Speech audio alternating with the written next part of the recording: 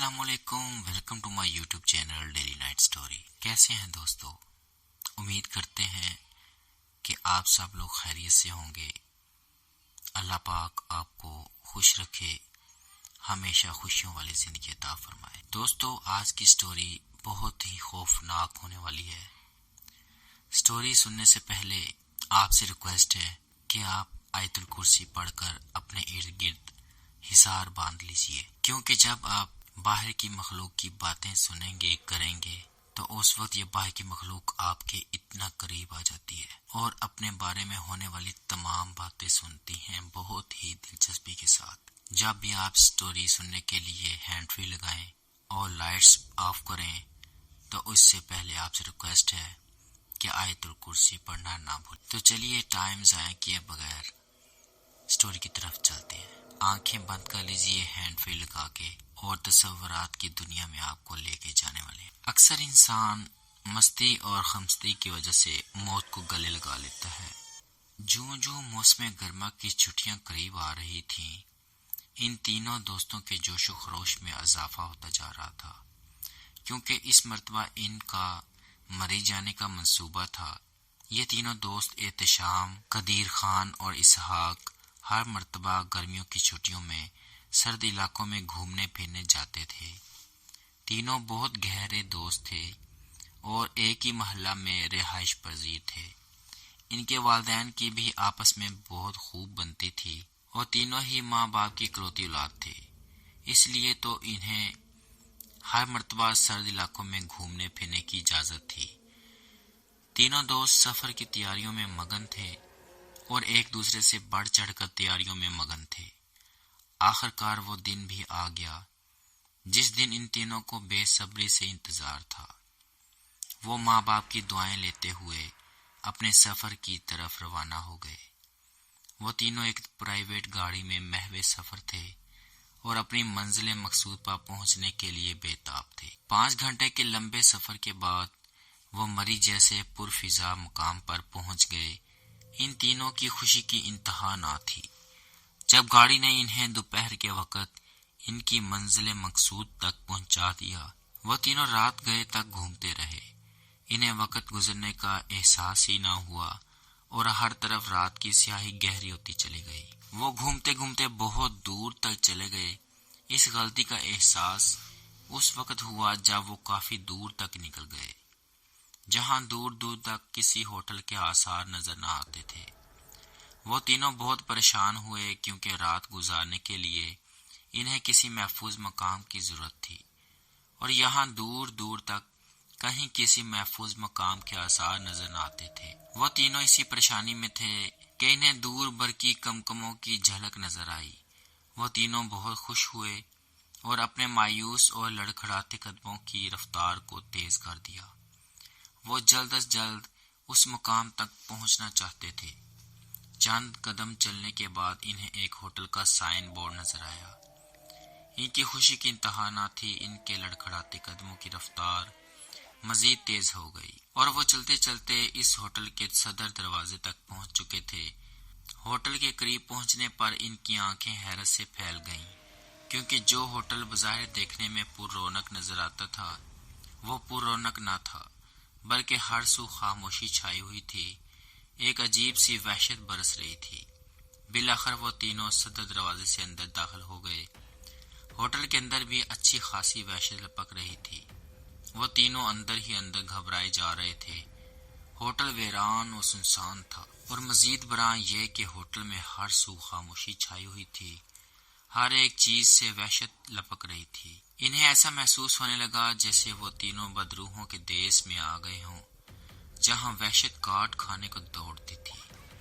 بالآخر ان تینوں نے اپنے خون کو بالائے طاق رکھ کر اپنے قدم استقبالیہ کاؤنٹر کی جانب بڑھا دیے۔ استقبال پر کسی ذی روح کا نام و نشان نہ تھا۔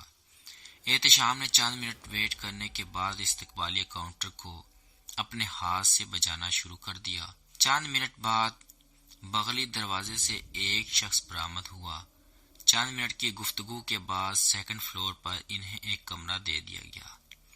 ایک ملازم کے ہمراہ وہ سیکنڈ فلور پر کمرہ نمبر 5 میں پہنچ گئے۔ کمرے میں اٹیچ باتھ روم، غرض یہ کہ کمرے میں ضروریات زندگی کا تمام سامان موجود تھا۔ وہ تینوں باری باری گرما گرم پانی سے نہانے کے بعد مکمل طور پر فریش ہو چکے تھے۔ گرما گرم کھانا تناول فرمانے کے بعد وہ تینوں آپس میں محو گفتگو ہو گئے۔ یار مجھے تو یہ ہوٹل کام اور بھوت بنگلہ زیادہ لگتا ہے، احتشام نے گفتگو میں پہل کرتے ہوئے کہا۔ تم تو ہر چیز کو ہی آثار قدیمہ سے ملانے کی کوشش کرتے رہتے ہو، اسحاق نے جل بھن کر کہا۔ احتشام نے قدیر کو گہری سوچ میں گم دیکھا تو اسے مزاح سوجی، تو اس نے کہا، اتنا مت سوچا کرو ورنہ سر کے بال خزاں رسید پتوں کی مانند جھڑ جائیں گے۔ قدیر جو ابھی تک ان کی بکواس سنے جا رہا تھا کسی گہری سوچ میں گم تھا، پر احتشام نے فکرہ کسا۔ یار اس کو سوچنے دو، یہ قائد اعظم کی طرح نیا ملک بنانے کے بارے میں منصوبہ بندی کر رہا ہے۔ اسحاق نے طنز کیا اور وہ تینوں کہکا لگا کر ہنسنے لگے۔ ہمیشہ سوچ کر کام کرنے والے ہی کامیاب ہوا کرتے ہیں، نہ کہ تم جیسے جاہل۔ وہ سیانے کہتے ہیں نا کہ عالم کا ایک دن جاہل کے ساتھ ساری زندگی گزارنے سے بہتر ہے۔ قدیر جو ابھی تک ان کی بکواس سنے جا رہا تھا، طنزاً یہ کہا، ان کی سنیے جن کی کوئی نہیں سنتا۔ وہ کہتے ہیں نا کہ دھوبی کا کتا گھر کا نہ گھاٹ کا۔ ان صاحب کی مثال بھی اسی طرح ہے۔ اسحاق نے بھی فطرتاً قدیر کی بات میں کہا۔ خیر اسی طرح کافی دیر تک وہ آپس میں محو گفتگو رہے اور ایک دوسرے پر تانے بازی کرتے رہے۔ مجھے تو نیند آ رہی ہے بھائی، احتشام جو کافی دیر سے ان کی گفتگو سنے جا رہا تھا، اس نے جمائی لیتے ہوئے کہا، تم تو ہو ہی فراڈ، جب دیکھتے ہو کہ بازی پلٹ رہی ہے تو تمہیں نیند آنی شروع ہو جاتی ہے۔ قدیر نے احتشام پر فکرہ کستے ہوئے کہا، جو اسحاق پر سبقت لیے جا رہا تھا، یار نیند تو مجھے بھی آ رہی ہے۔ اسحاق نے بھی جمائی لیتے ہوئے کہا۔ بالآخر وہ تینوں سونے کے لیے چل دیے اور اپنے اپنے بستروں میں لحاف اوڑھ کر سوتے بنے۔ چند منٹ بعد کمرے میں ان تینوں کے خراٹے گونج رہے تھے اور وہ تینوں دنیا مافیا سے بے خبر نیند کی وادیوں میں گم ہو گئے۔ چند منٹ پہلے ڈائننگ ٹیبل کے گرد جہاں وہ تینوں خوش گپیوں میں مصروف تھے، اب وہاں ایک نہایت ہی خوبصورت لڑکی بیٹھی ان تینوں کی جانب کن اکھیوں سے انہیں سے دیکھ رہی تھی۔ اس کی آنکھوں میں ایک انجانی چمک تھی، لمحہ بہ لمحہ اس کی آنکھوں کی چمک بڑھتی جا رہی تھی۔ ان تینوں کو ابھی سوئے زیادہ دیر نہ گزری تھی کہ اچانک اسحاق کی آنکھ کھل گئی۔ اسحاق کو ایسا محسوس ہوا جیسے کوئی سایہ ان تینوں کے گرد منڈرا رہا ہے، لیکن غور سے دیکھنے پر بھی اسے کچھ نظر نہ آیا، تو اس نے اسے اپنا وہم سمجھا اور اپنے سر کو جھٹکتے ہوئے اٹھا اور اپنے قدم رفع حاجت کے لیے باتھ روم کی طرف بڑھا دی۔ باتھ روم سے فراغت کے بعد وہ دوبارہ سونے کی غرض سے اپنے بستر کی جانب بڑھا۔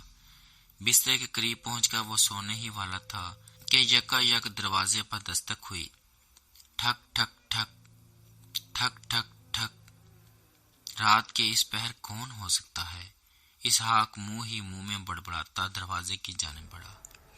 دروازے کے قریب پہنچ کر اس نے دروازہ کھولا اور باہر جھانکنے لگا، مگر باہر دور دور تک اندھیرے کا راج تھا۔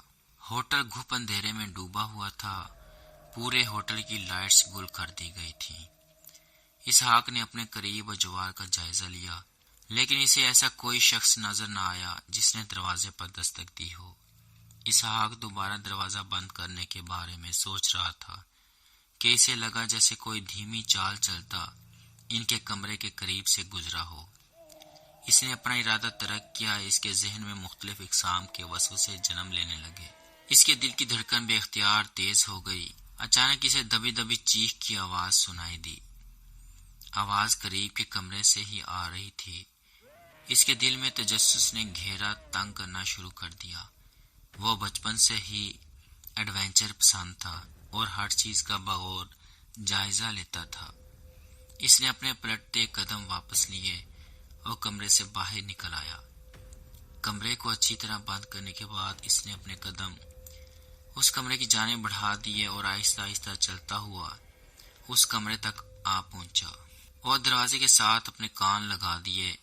آواز کسی عورت کی تھی جو دبی دبی آواز میں سسکیاں لیتی ہوئی رو رہی تھی۔ اسحاق نے اپنے خوف کو بالائے طاق رکھ کر جھٹ سے اس کمرے کا دروازہ کھول دیا۔ دروازہ چرچراہٹ کی آواز پیدا کرتا ہوا کھلتا چلا گیا۔ اس نے جیسے ہی دروازہ کھولا، رونے اور سسکنے کی آوازیں اچانک بند ہو گئیں۔ اسحاق کے دل میں ایک بار پھر خوف نے تسلسل جمانا شروع کر دیا۔ اس نے ڈرتے ڈرتے کمرے کے اندر جھانک کر دیکھا، لیکن کمرے میں اس کے علاوہ کوئی بھی نہ تھا۔ اس کے دل میں تجسس نے گھر کرنا شروع کر دیا۔ تجسس کی بنا پر اس نے اپنی جیب سے موبائل نکال کر روشن کر لیا۔ موبائل کی ٹارچ کی روشنی بامشکل ہی کمرے کے اندھیرے پن کو روشن کرنے میں ناکافی تھی، لیکن وہ اس کم روشنی میں ہی کمرے کا جائزہ لینا شروع کر دیا۔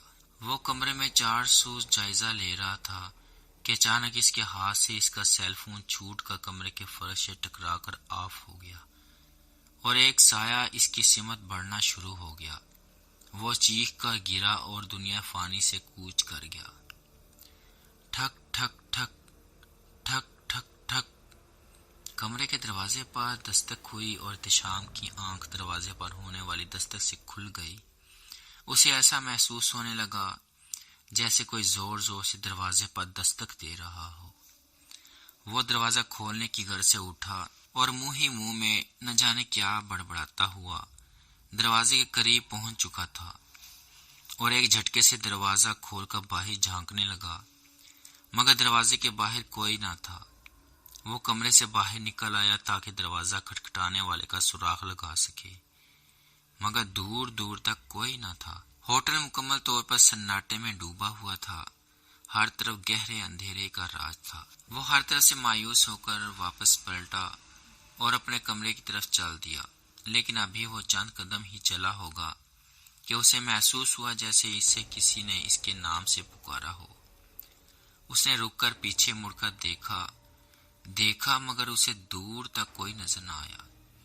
اس نے اسے اپنا وہم سمجھا اور سر کو جھٹک کر اپنے کمرے کی طرف قدم بڑھا دیا۔ ابھی اس نے چند قدم کا فاصلہ ہی طے کیا ہوگا کہ اسے ایسا محسوس ہوا جیسے کوئی بہت تیزی سے اس کے قریب سے گزرا ہو۔ اس نے فوراً پیچھے مڑ کر دیکھا، لیکن پیچھے کوئی نہ تھا۔ وہ اس بات پر ابھی غور ہی کر رہا تھا کہ اسے پائل کی جھنکار سنائی دی۔ پائل کی جھنکار ایسی تھی جیسے کوئی عورت پاؤں میں پائل پہنے دھیمی دھیمی رقص کر رہی ہو، اور آواز قریب کے کمرے سے آ رہی تھی۔ وہ چند ثانیے پائل کی جھنکار پر غور کرتا ہوا، پھر اپنے قدم اس کمرے کی طرف بڑھا دیے۔ کمرے کے دروازے کے قریب پہنچ کر اس نے دروازے کو اندر کی طرف دھکیلا تو دروازہ چرچراہٹ کی آواز پیدا کرتا ہوا اندر کی جانب کھلتا چلا گیا۔ اندر مکمل طور پر اندھیرا چھایا ہوا تھا اور ہر سو سناٹے کا راج تھا۔ احتشام نے تجسس کے مارے اپنے پتلون کی جیب سے موبائل نکال کر اس کی لائٹ کو آن کیا اور ارد گرد جھانکنے لگا، مگر بے سود۔ کمرے میں اس کے سوا کوئی نہ تھا۔ وہ مایوس ہو کر واپس جانے کا سوچ ہی رہا تھا کہ اسے سناٹے میں ایک آواز سنائی دی۔ آواز ایسی تھی جیسے کوئی چیز اپنی جگہ سے کھسک رہی ہو۔ اس نے ایک مرتبہ پھر گھوم کر پیچھے دیکھا تو اس کا سانس اوپر کا اوپر اور نیچے کا نیچے رہ گیا۔ وہ منظر ہی کچھ ایسا تھا۔ احتشام اندر تک ہل کر رہ چکا تھا۔ احتشام اپنی جگہ پر ساکت ہو گیا۔ اس کی آنکھیں پھٹی کی پھٹی رہ گئیں۔ وہ جو کوئی بھی تھا دھیرے دھیرے چلتا ہوا اس کے قریب آیا اور اپنے لمبے اور نوکیلے دانت اس کی شارگ میں پیوست کر دیے اور اس کے گرما گرم خون سے اپنی پیاس بجھانے لگا۔ اس بلا نے اس کے جسم سے خون کی ایک ایک بوند تک چوس لی تھی۔ تازہ گرما گرم خون پینے کے بعد اس میں ایک سرد لہر دوڑ گئی اور پھر اس نے وحشیانہ طریقے سے اس کو بھنبوڑنا شروع کر دیا۔ وہ بھوکی شیرنی کی طرح اس پر ٹوٹ پڑی۔ اس نے اس کا سارا گوشت نوچ کھایا اور بالآخر اس کا بغیر گوشت پوش کے ہڈیوں کا ڈھانچہ باقی رہ گیا، لیکن اس کی وحشیانہ بھوک و پیاس ابھی تک نہ بجھی تھی اور وہ ایک نئے شکار کی تلاش میں نکل کھڑی ہوئی۔ قدیر کمرے میں مزے سے سو رہا تھا کہ یکا یک اس کی آنکھ کھل گئی۔